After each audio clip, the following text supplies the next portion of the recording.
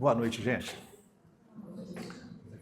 Nós vamos tentar hoje concatenar aqui umas ideias do capítulo 2 do Evangelho. O meu reino não é deste mundo. Vamos falar um pouquinho do capítulo 11, a lei de amor, e do capítulo 13, não saiba a mão esquerda o que faz a direita.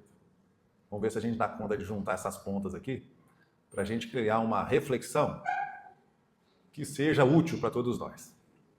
Lá no início do capítulo do Evangelho, no capítulo 2, tem o item 5 lá, que ele fala da mudança do ponto de vista. Eu estava sentado ali, estava lendo essa frase aqui atrás, né? Eu sou o caminho, a verdade, né? A gente tem que passar por esse padrão do Cristo. E lá no capítulo 2 do Evangelho segundo o Espiritismo, nesse item 5, fala assim, esse conhecimento nosso do Espírita, e veja só, o Zé chamou atenção para a palestra, para o estudo, o entendimento que a informação espírita traz para nós é importante. Mas o conhecimento vai além disso. É a compreensão do Evangelho. E aí a gente, além de entender, precisa sentir. Por isso que ajuda muito realmente estar numa casa espírita, sob os auspícios dos bons espíritos, dos benfeitores, todos nós buscando a mesma coisa, a gente consegue chegar em determinados pontos vibratórios que a gente não conseguiria sozinho. É fundamental esse momento que a gente passa de evangelho, de estudo, de fraternidade dentro de uma casa espírita. Mas esse entendimento que está lá no item 5, ele deveria mudar radicalmente o nosso ponto de vista em relação à vida. E aí começa a primeira pergunta. Nós, com esse conhecimento todo, com esse evangelho tão traduzido pelos bons espíritos, nós mudamos o nosso jeito de encarar a vida terrena ou nós continuamos igual crianças, que está lá escrito no evangelho? Que na primeira contrariedade, que numa injustiça que a gente acha que a gente está sendo submetido, que na perda de qualquer coisa que nos interessa, a gente se aflige profundamente. A gente gera em nós mesmos tormentos. Ou nós já conseguimos enxergar as coisas de mais alto, diminuindo a importância das coisas terrenas. Kardec lá nos convida a fazer um exercício de afastamento, de enxergar a vida um pouco mais distante, sair do operacional. Ele fala que cidades, pessoas, posições, circunstâncias vão se igualando. E a gente assiste a vida igual se a gente estivesse assistindo a um formigueiro, sem dar tanta importância nas vicissitudes da vida, sem dar tanta importância aos bens terrenos. E ele termina esse item 5 falando assim: a fé, que a nossa comunhão com Deus, ela é inversamente proporcional ao apego aos bens terrenos, à importância que a gente dá aos bens terrenos.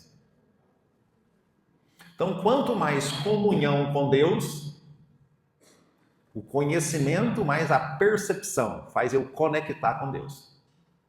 Esse é o caminho que está escrito ali atrás, para a gente chegar no Pai. Quanto maior a minha conexão com Deus, maior importância a gente dá às coisas terrenas. Não tem nada a ver com atuar nas coisas terrenas. A gente atua nas coisas terrenas, a gente precisa atuar nas coisas terrenas, agir, mas sem dar tanta importância. E aí fica a pergunta: como é que nós estamos dando importância para as coisas terrenas? A hora que a gente é contrariado no trânsito, no trabalho, na família, como é que a gente reage? Como tem sido o nosso comportamento, a nossa postura? Como tem sido o nosso estado íntimo em relação a isso? Como é que está? O que acontece quando a gente é contrariado? Como é que é? Sai da linha na mesma hora. Sai da linha, fica com raiva. Mas o que a gente fica? Revoltado. Revoltado? Pé da vida? Olha só, nós estamos falando do que aí agora? Raiva. Tem hora que a gente fica com medo? Desanimado? Mas tem hora que a gente fica excitado. Tem hora que a gente fica encantado. Tem hora que a gente fica com nojo. Nojo da pessoa, nojo do que ela fez, nojo do que ela falou. Tem hora que a gente fica triste. Mas tem hora que a gente fica alegre. O que é isso que nós estamos falando? A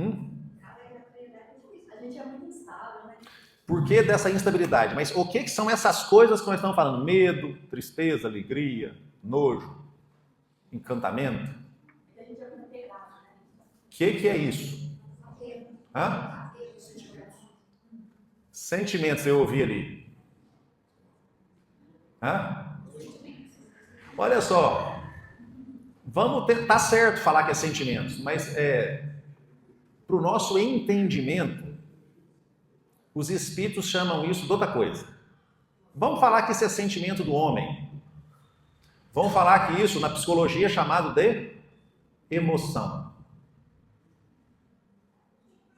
Lá no capítulo 11, que nós falamos que nós íamos tentar concatenar, na lei do amor, fala que no início a gente só tinha instinto, mais avançado e corrompido só tem sensações. E que é preciso avançar para sentimentos. E o suprassumo do sentimento é o amor. Então veja só, esses sentimentos que nós estamos falando, de medo, de raiva, de angústia, de ciúme, de inveja, são sensações do homem, são emoções, são fermentações materiais. Está relacionado à nossa personalidade. E lá na nossa personalidade, na lei de amor, fala o seguinte: é obra do Evangelho destruir o sentimento de personalidade e transformar todos nós no movimento de fusão dos seres. Mas então vamos lá, vamos tentar concatenar capítulo 11, lei de amor, capítulo 2, meu reino não é deste mundo. Quanto mais fé, quanto mais comunhão com Deus, menor a importância às coisas terrenas. Menos isso reverbera em mim, menos isso me afeta, menos isso me sequestra. Lei do amor. Eu preciso destruir, substituir essa personalidade pela fusão dos seres. Então, quem que sente essas emoções? A personalidade. A gente precisa pensar, raciocinar para ficar com raiva? É reflexo condicionado. Vem um estímulo, pode ser uma mensagem no telefone, pode ser a visão de algum acontecimento, pode ser uma coisa que eu lembro na minha memória. Voltei lá na minha memória. O que acontece com a gente? A gente se transforma. E a emoção toma conta. E a gente fica tomado de medo, a gente fica tomado de raiva, a gente fica tomado de nojo. Mas tem hora que a gente fica tomado de alegria, de encantamento, de atração. Graças a Deus, né? Olha só. É graças a Deus ou é graças ao homem? Veja só. A gente tem estruturado na nossa personalidade, pergunta 917 do Livro dos Espíritos. Qual que é o maior vício de todos nós? De todos os vícios. A pergunta está no 913, mas o que a gente precisa chegar está no 917. Qual que é? Egoísmo. A chaga da humanidade. Um espírito que estrutura a personalidade em egoísmo está enraizado na personalidade. Uma pessoa egoísta, ela tem uma centralidade em quem? No eu, em mim mesmo. Se a centralidade é em mim mesmo, todas as coisas terrenas que me afetam, me incomodam. E elas podem me afetar positivamente, emoções positivas. Ou negativamente, emoções que eu corro e outras que eu corro atrás. E aí a gente fica tentando fazer o quê? Com essa personalidade estruturada em egoísmo. Provocando que a vida traga estímulos que me faça produzir emoções positivas. Alegria, satisfação, uma sensação de calmaria. A gente quer uma calmaria, sossego. E a gente fica correndo de tudo que me amedronta, tudo que me enraivece, tudo que me entristece. E mesmo que coisas ruins não aconteçam, a gente pode ter uma emoção ruim? Porque eu posso fazer o quê? Imaginar que pode acontecer. E aí a gente fica o quê? Num estado como que é esse estado? Paranoico. É um estado bom? É um estado infernal. Então olha só, o Evangelho nos convida a fazer o quê? Construir o reino de Deus em nós. Sair desse estado infernal. Sair do campo das sensações, das emoções. Tanto as boas quanto as ruins. Eu não posso mais ser suscetível à emoção. Acontece uma coisa boa, eu fico alegre, acontece uma coisa ruim, eu fico triste. Não. Eu tenho que mudar o meu modo de operar. Substituir personalidade pela lei de amor. A nossa personalidade, ela está estruturada em egoísmo. Se a centralidade é em mim mesmo, é eu, quem que é o mais importante? Egoísmo enraizado gera o quê? Orgulho. Se eu sou o mais importante, o que eu desejo que os outros reconheçam? A minha importância. Galhos de vaidade. Então veja só, gente, nós temos na nossa personalidade estruturado egoísmo, orgulho e vaidade. Eu sou o mais importante, primeiro eu, o mais importante sou eu, e eu quero que os outros reconheçam a minha importância. Com isso, essa árvore dá frutos. Que frutos da personalidade que essa árvore, egoísmo, orgulho, vaidade gera? Emoções. Olha só, a psicologia divide isso assim, ó. De um lado a gente tem medo, raiva, tristeza, nojo, desgosto, ansiedade, horror, inveja, estranheza, desconforto social, confusão, tédio, nostalgia. A gente quer ter isso? Mas a gente tem isso? Porque a personalidade, egoísmo, orgulho, vaidade é uma árvore enraizada na personalidade. No início só tinha instinto. O homem da caverna tem medo? Tem também? Tem ou não tem? Que tipo de medo que ele tem? Olha só, gente, o homem da caverna, vocês não lembram não, mas vocês já estiveram lá. O homem da caverna, ele fica pensando assim, nossa, de noite pode entrar um bicho aqui na caverna? Vou voltar, gente. Um bicho pensa assim? O que tem num bicho? Agora veja só, uma gazela lá na savana africana vê um leão. O que acontece com a gazela? Ela treme. Treme. Por que ela treme? Medo fisiológico. Por que ela fica com medo?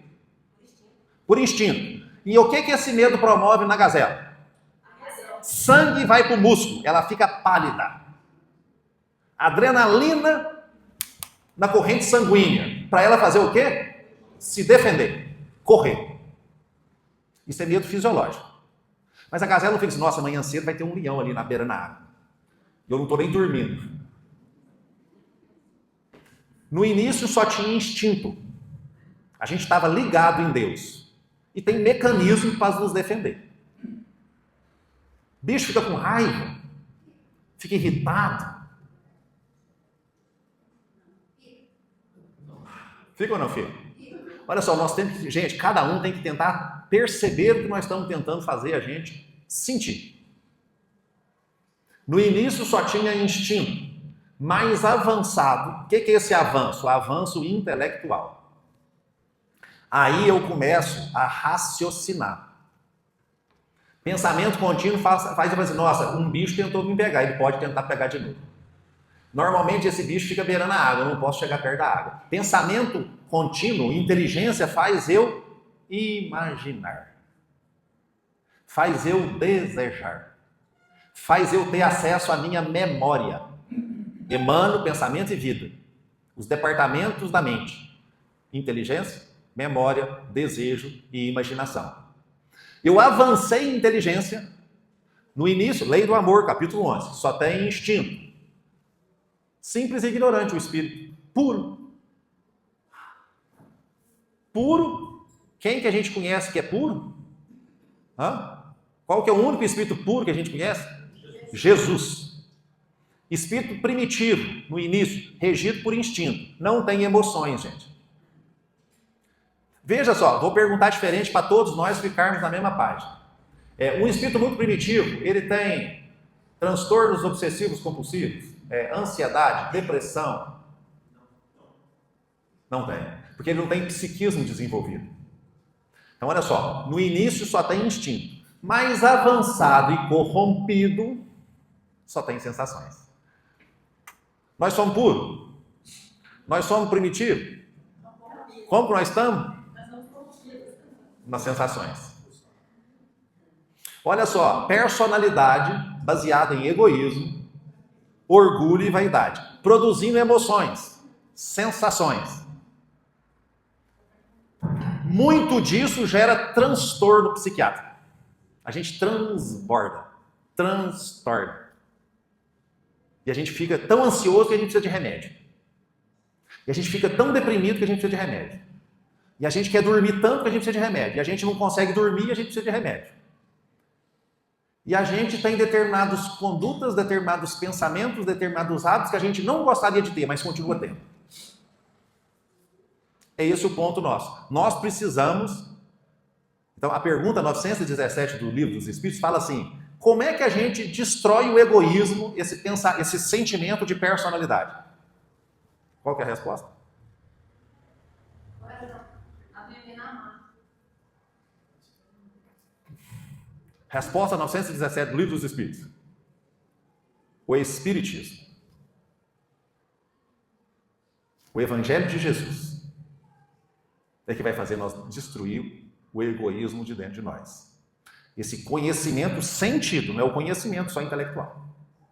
Porque ele faz desaparecer o sentimento de personalidade. Eu vejo as coisas, eu vejo a transitoriedade da vida, eu vejo que essa personagem ela é outra amanhã, noutra encarnação.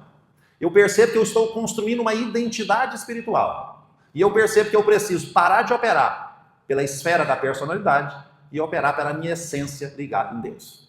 É assim que a gente destrói isso. Então veja só, emoções. Agora veja só, essas emoções aqui, alegria, diversão, satisfação, a sensação de alívio, triunfo, ganhei a parada.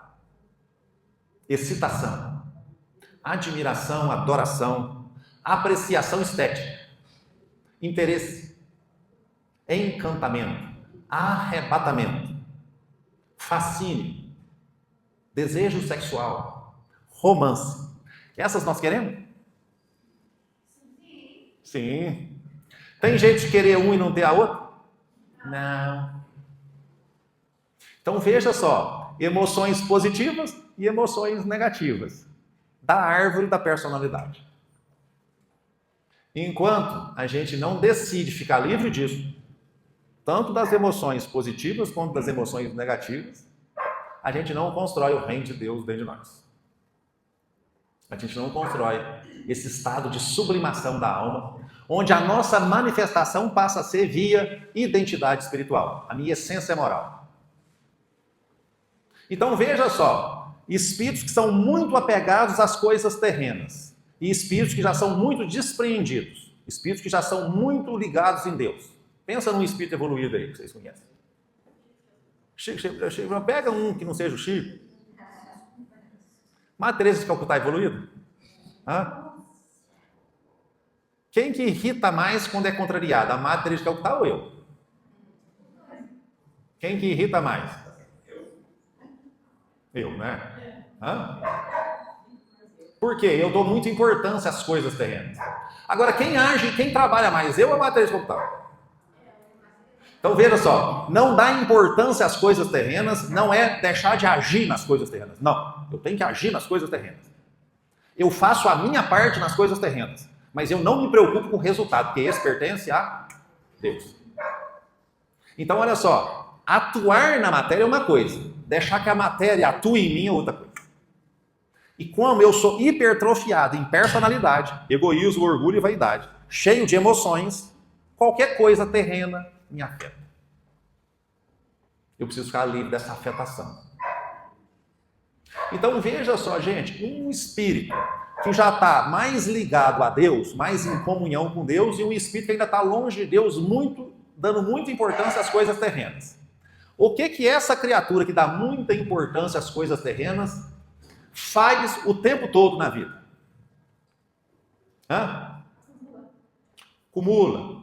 Vamos ver. Fica oscilando. O que mais? Olha só, quando? Então veja só, vamos dar exemplo, a gente tem que sair daqui com esse dever de casa. Se você vem no trânsito, você vem de Boa Esperança para cá, 60 quilômetros. Aí tem uma pessoa na estrada muito devagar, 30 km por hora. Aí você chega, tem uma fila de caminhão, uma fila de carro e tem um poisazinho lá na frente tampando a estrada. O que a gente faz? Xinga, o que mais?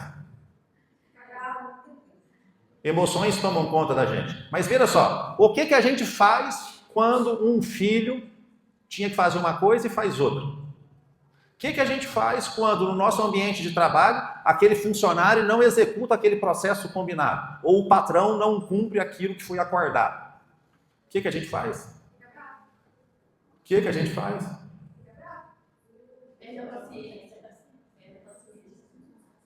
A gente reclama.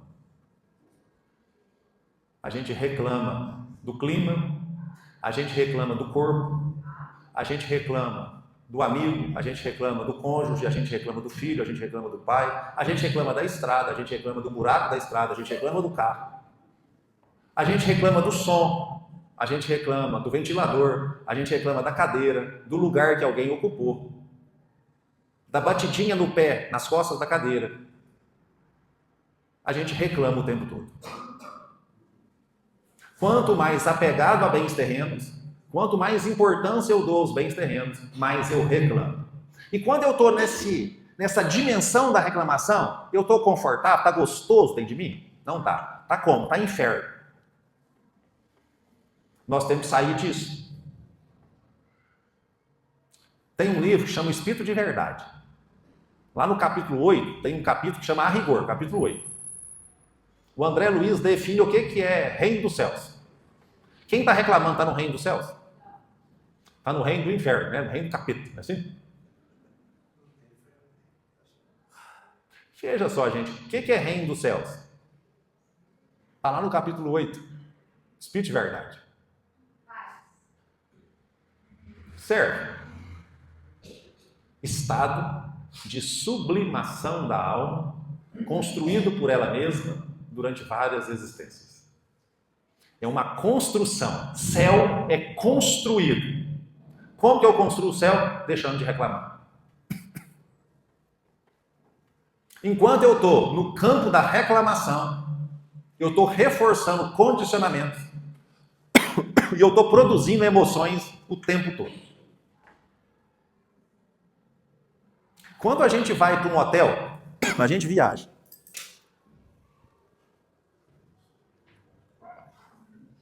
A gente está à caça do que quando a gente faz uma viagem? Paga 100 mil reais para viajar com a família para a Europa. A gente está à cata de quê? De quê, gente? De emoção. Nós estamos a cada de encantamento, de excitação, de comer coisa gostosa, de ver paisagem bonita, de sensações. Quando a gente chega, ou a gente está a caminho dessas sensações, a gente tem outras sensações. Qual que é? Ansiedade, raiva, medo. Medo do avião. A gente quer viajar para a Europa, mas tem que ir de avião, de navio, é muito custoso. Aí, para eu ter uma sensação de excitação lá em Paris, eu tenho medo que eu preciso andar 11 horas de avião. Eu quero um hotel muito bom lá em Paris, que tem um café da manhã muito bom, uma cama muito boa, para eu ter sensações boas ao dormir, ao tomar banho, ao ficar cheiroso, ao comer, e etc e tal. Só que se eu chego no hotel e eles não deixam eu entrar na hora que eu cheguei, porque ainda não está pronto o meu quarto, mesmo que seja um ótimo hotel, eu fico como? Na fila do check-in, com uma emoção boa ou ruim? Olha, eu fui lá em Paris para ter emoção boa, mas estou tendo emoções ruins. É esse inferno que a gente tem abastecido em nós. Gente, é para a gente parar de querer dar uma viajadinha? Não, pode viajar. Dá menos importância para isso. Construa a felicidade na tua rotina cotidiana. Para você não ficar refém, reforçando sensações. Porque a gente pode estar viajando para a Europa, num lugar espetacular, num hotel espetacular, com muito dinheiro no bolso, e ainda assim reclamar o tempo todo. E se tiver tudo espetacular, for aquela viagem dos sonhos, dá para ter alguma emoçãozinha ruim? Assim, é dos sonhos. Hã? Dá para ter uma emoçãozinha ruim? Que eu posso pensar assim, nossa, já está acabando as férias. E eu posso pensar assim, nossa, eu vou voltar para aquele Brasilzinho. Hã?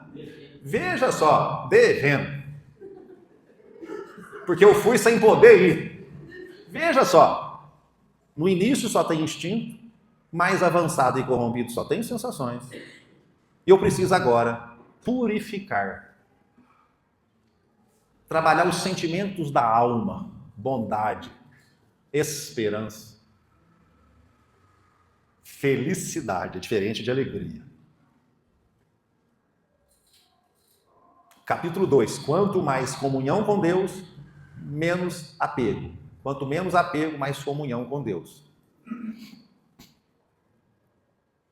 Quem está ligado em Deus, reclama. Hã? Quem reclamava mais? Aquela criatura enquanto Saulo de Tarso ou aquela criatura enquanto Paulo de Tarso? Saulo reclamava tudo, até sobre um impostor chamado Jesus. Saulo reclamava da pureza do povo judeu. Reclamava da importância do Sinédrio. Reclamava da pureza da lei que ele seguia, o Velho Testamento.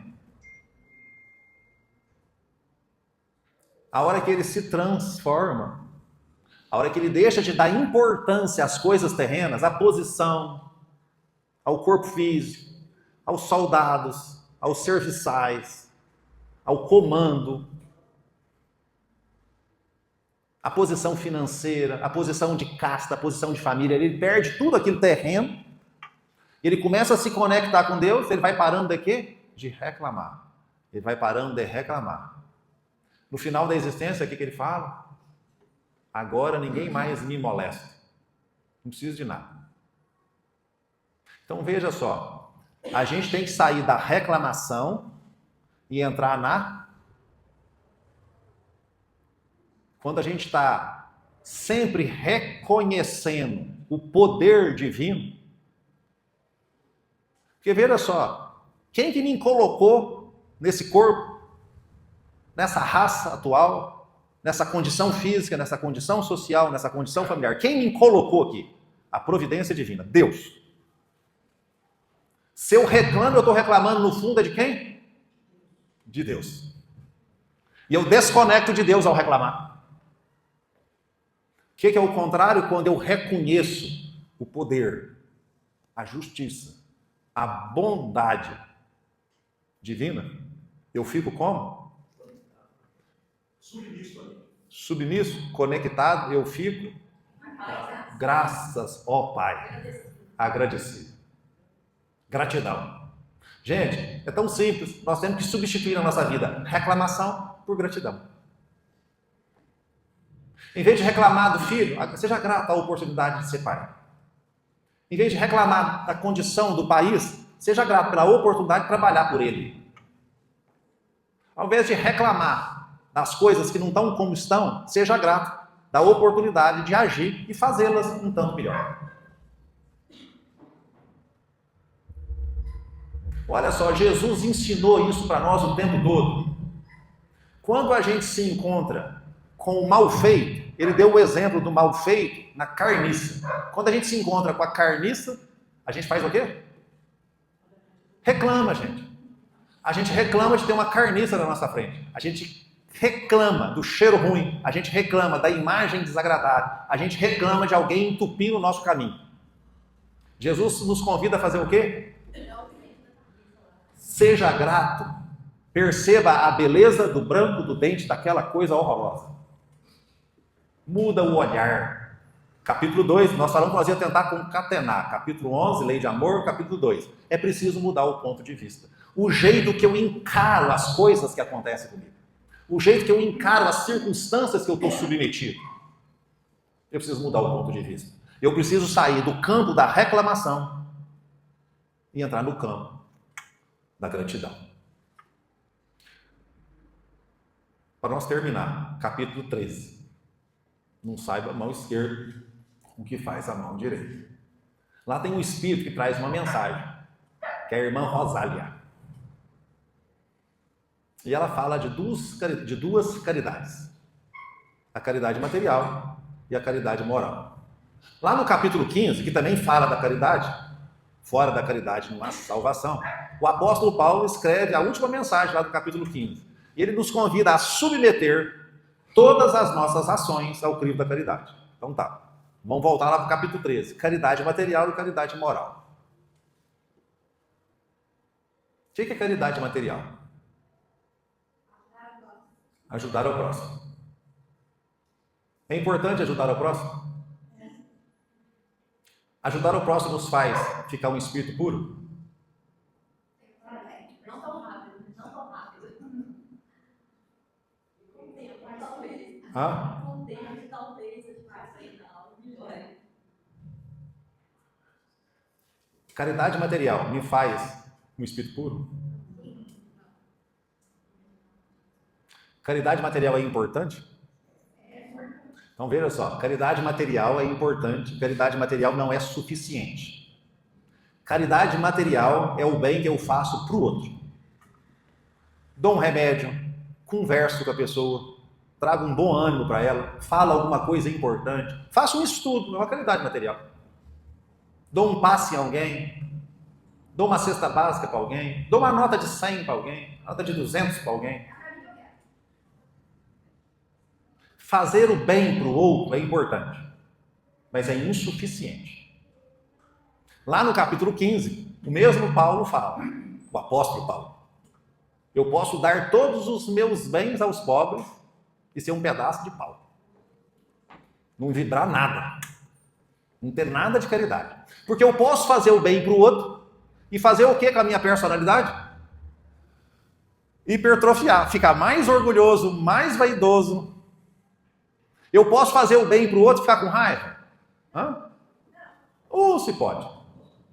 Se pode. A gente pode vir fazer sopa no centro espírita e estar com raiva porque o presidente pôs um fogão muito safado lá para a gente cozinhar?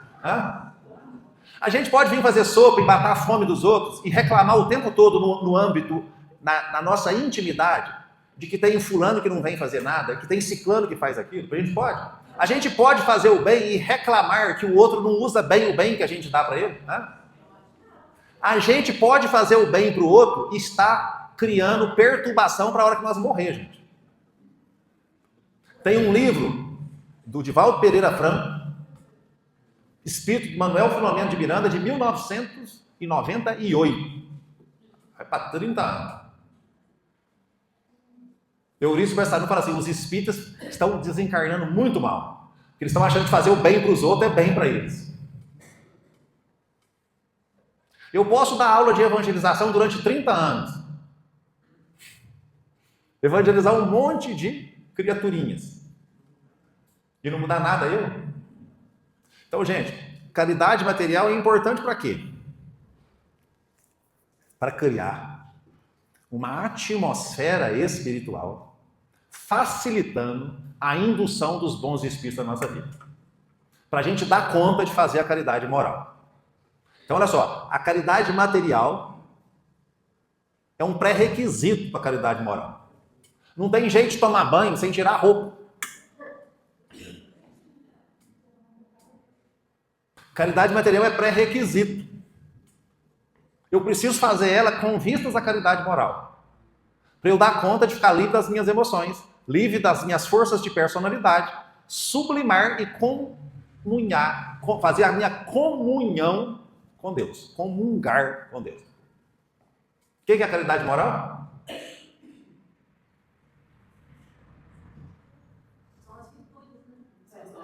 Olha só, nós temos que pegar, gente, o conhecimento espírita.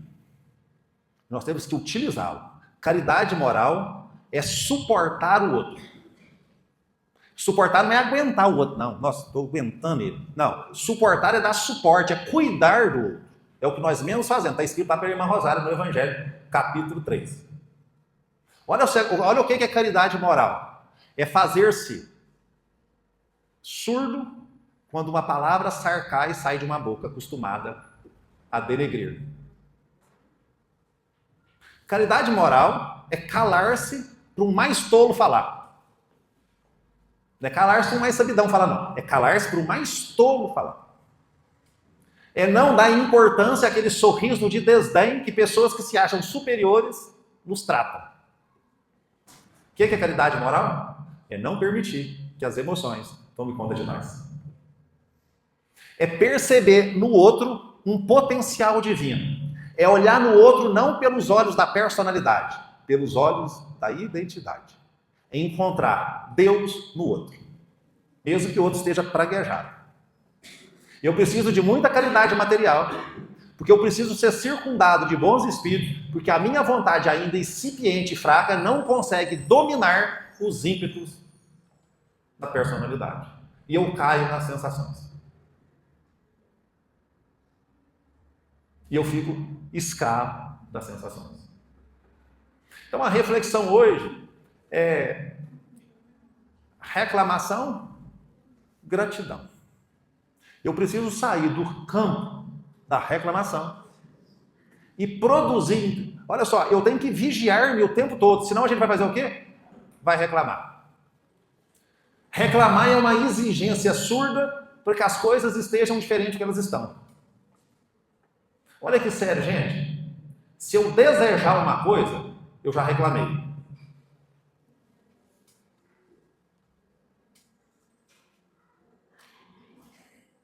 Está confuso ou não? Eu desejo que a minha mulher faça diferente. Eu estou reclamando do jeito que ela faz. Eu desejo um carro melhor. Eu estou reclamando do carro atual. Eu estou desejando um governo melhor. Eu estou reclamando do governo atual. Ah, Paulo, mas então nós não podemos desejar nada. Não, atue. Faça o que você possa fazer. Muda a realidade. Não deseja que ela fosse diferente, não. Porque desejar que a realidade é diferente é reclamar da realidade que Deus impôs para nós. E por que ele colocou nós nessa realidade? Santo Agostinho fala lá no Evangelho que quando pairávamos no espaço, escolhemos as nossas provas. E ele faz uma pergunta assim: por que agora murmurar? Por que agora reclamar? Reclamar do corpo, da família, da doença, daquela intempérie que chega, seja uma intempérie climática, uma intempérie social. É Deus, na sua infinita bondade e justiça, colocando nós no lugar certo, com as pessoas certas, nas circunstâncias certas, para que a gente possa fazer o quê? Atuar no bem. O que a gente tem feito ao invés de atuar? Reclamar. Eu vou encerrar a reflexão de hoje com o Pelé. Vocês viram a Copa do Mundo lá? Argentina e espanhol. Quem torceu para os espanhóis? Veja só. Vocês reclamaram muito da Copa, do juiz? Do Brasil? Do técnico? Viram o tempo todo? Reclamação. Mas veja só. O Pelé, e não estou falando que o Pelé é espírito evoluído, não, hein? Não sei a estatura espiritual do Pelé. Veja só, o Pelé estava lá no telão no final da Copa, vocês viram? Mesmo depois de desencarnar. Tem uma entrevista do Rivelino jogou bola com o Pelé, né? Que o Rivelino fala uma coisa. Por que eu estou trazendo isso? Para a gente ver que serve isso em todos os âmbitos e todas as dimensões da vida. Não é só na espiritual, não. O Rivelino conta, com toda a admiração, ele tem quase que uma idolatria com o Pelé. Nunca vi um jogador igual o Pelé, é totalmente diferenciado. Então, alguém que conviveu ali com o Pelé. E ele, numa entrevista, fala que ele nunca viu o Pelé reclamar na vida dele.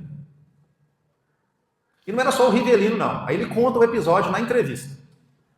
Ele fala que ele estava numa concentração, ele cita lá o lugar que era, e a comida era horrorosa. E serviram um bife que era impossível de comer. E aí o Rivelino retrata que estava a turma lá e fala assim, agora o negão vai reclamar. Ele falou esses termos. Agora ele reclama. Quero ver ele não reclamar. Todos os colegas tinham essa visão de que ele não reclamava. Diz que o Pelé serviu, pegou o bife, partiu o bife, titi, foi partindo o bife miudinho, moeu, e foi comendo pedacinho por pedacinho, e não reclamou. Depois de muitos anos, estava o Rivelino contando esse episódio. Não é à toa que o sujeito é rei do futebol. Porque ele não reclama do campo, da bola, do adversário. Ele joga, ele atua. A hora que a gente pega o conhecimento do Evangelho e aplica em nós, a gente transforma a nossa vida. Esse era o simbolismo do batismo. Eu passo a enxergar a vida diferente. Não porque a vida mudou, porque eu mudei o jeito de enxergar a vida. De enxergar que uma existência corporal é uma oportunidade de se tornar mais virtuoso. E por que eu fico dando tanta importância para o meu nome, para a minha família, para as minhas coisas? Por que eu fico pensando que muito dinheiro guardado me gera segurança? Sendo que a gente está vendo que quanto mais tem, mais desejo de ter. Que nunca foi uma questão de quantidade. Porque sob a perspectiva do medo, nada é suficiente. Sob a perspectiva do amor, nada é necessário. É por isso que Jesus vem trazer para nós um modelo, um padrão de serenidade e simplicidade. Para que a gente consiga transformar a nossa existência, não porque o planeta se transformou em planeta regenerado. Porque nós nos transformamos, nós nos regeneramos. E um espírito que está em comunhão com Deus, ele pode estar num planeta primitivo, num planeta de expiação e prova, que ele vai estar como? Feliz, atuando naquilo que ele pode, contribuindo da maneira que ele pode, conectado em Deus. Então, gente, emoção nos desconecta de Deus, a reclamação nos faz ficar cego para Deus, a gente não colhe Deus. Era essa a nossa reflexão.